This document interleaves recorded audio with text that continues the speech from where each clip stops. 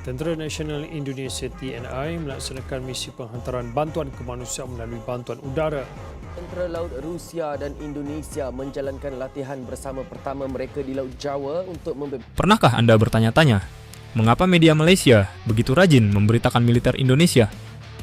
Setiap langkah TNI, dari pembelian alutsista hingga latihan besar Super Garuda Shield 2025, selalu jadi sorotan utama di sana.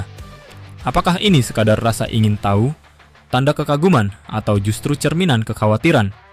Dan pertanyaan yang lebih menarik, apakah Indonesia kini dipandang sebagai Amerikanya ASEAN, kakak besar yang menentukan arah kawasan? Inilah saatnya kita bedah lebih dalam dengan analisa strategis dari update militer.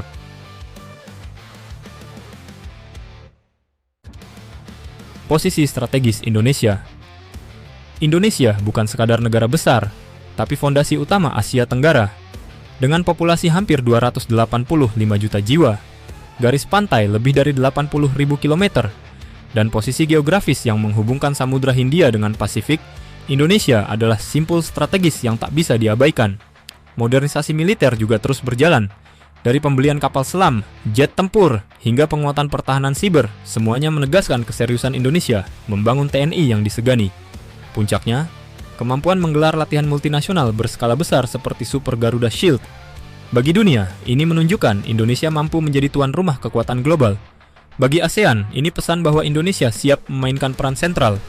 Dan bagi Malaysia, perkembangan ini bukan sekadar berita, melainkan perubahan lanskap keamanan yang langsung menyentuh kepentingan nasional mereka.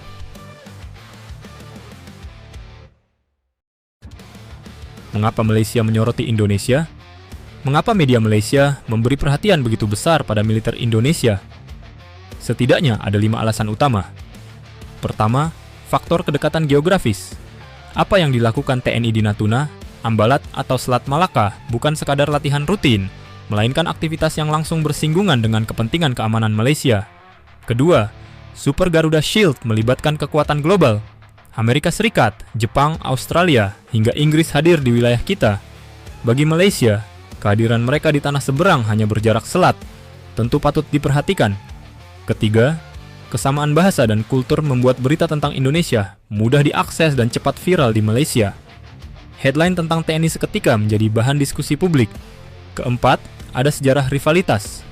Dari sengketa Ambalat, isu perikanan, hingga perbatasan maritim, setiap kemajuan TNI dipandang sebagai variabel baru dalam hubungan bilateral. Dan kelima, TNI kini menjadi simbol kebangkitan Indonesia. Setiap langkah modernisasi, setiap latihan internasional, dipersepsikan sebagai sinyal bahwa Jakarta sedang memperkuat peran regionalnya. Bagi Malaysia, semua alasan ini cukup untuk menjadikan Indonesia sebagai pusat perhatian. Dan Super Garuda Shield 2025 hanyalah contoh paling nyata yang memperlihatkan bagaimana pengaruh TNI melampaui batas geografisnya sendiri.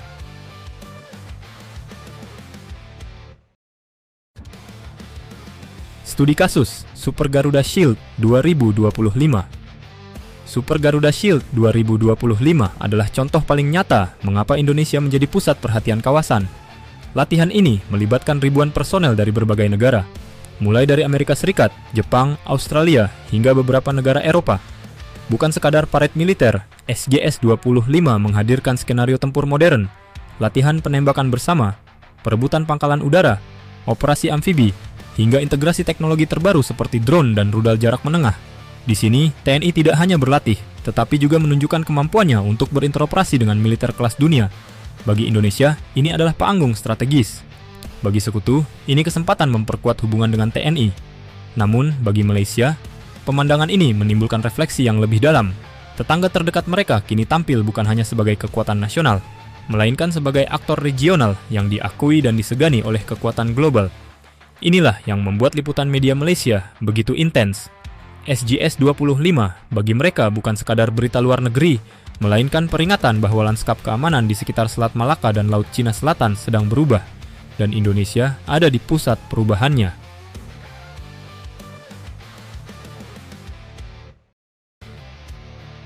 Apakah Indonesia Amerikanya ASEAN? Pertanyaan yang sering muncul adalah, apakah Indonesia kini bisa disebut sebagai Amerikanya ASEAN? Dari satu sisi, ada kesamaan yang mencolok. Indonesia adalah negara dengan penduduk terbesar di Asia Tenggara. memiliki kekuatan militer yang terus tumbuh dan terbukti mampu menggelar latihan multinasional skala besar seperti Super Garuda Shield. Dalam banyak hal, Indonesia terlihat sebagai pemimpin alami kawasan, sebagai kakak besar yang mampu memengaruhi ritme politik dan keamanan regional. Namun, jika dibandingkan langsung dengan Amerika Serikat, ada batas yang jelas. Indonesia belum memiliki proyeksi kekuatan global, belum memiliki jaringan aliansi militer formal, dan anggaran pertahanannya masih jauh di bawah kekuatan dunia. Jakarta pun tetap konsisten dengan politik luar negeri bebas dan aktif, yang berarti tidak berpihak pada blok tertentu, melainkan menjaga fleksibilitas dalam setiap hubungan internasional. Dengan kata lain, Indonesia memang memegang peranan sentral di ASEAN. Ia menjadi penghubung, penyeimbang, sekaligus pemimpin de facto. Tetapi menyebut Indonesia sebagai Amerikanya ASEAN mungkin terlalu berlebihan. Yang lebih tepat, Indonesia adalah kakak besar kawasan, disegani, diperhatikan, dan seringkali dijadikan acuan oleh negara-negara tetangga.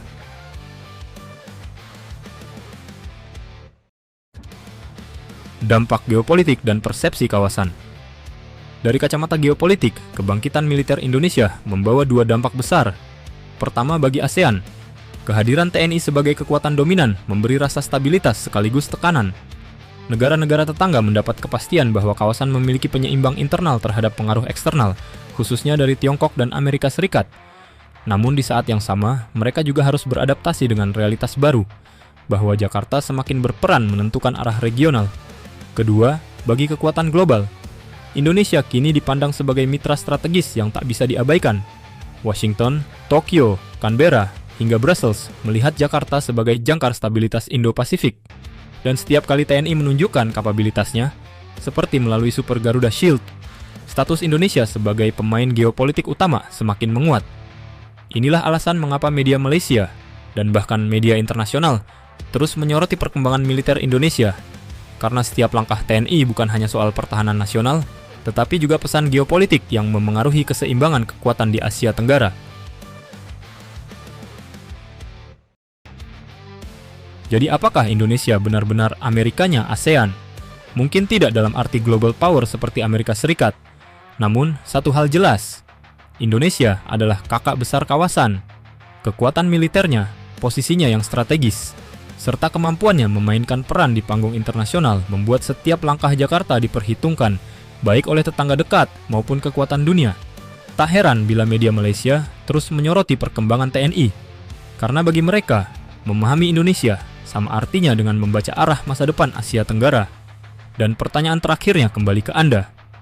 Dengan semua perkembangan ini, apakah menurut Anda Indonesia siap melangkah lebih jauh, bukan hanya sebagai pemimpin ASEAN, tapi juga sebagai kekuatan Indo-Pasifik?